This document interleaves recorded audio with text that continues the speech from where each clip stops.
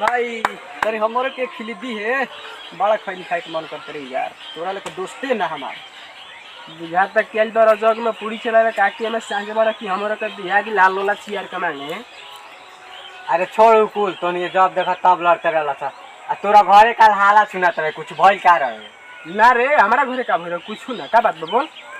तोर मौगी कहते नु नतिया मूत पी के आइल बा काठी के मूत पी के गोरे भॉइस के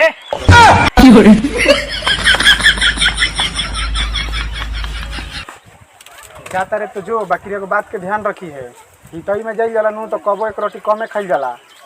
ना ना भौ जाई बड़ी का कहिए रे ढेर खबे तो देखो मैं ढुकिया के भाई हाही निहर खाता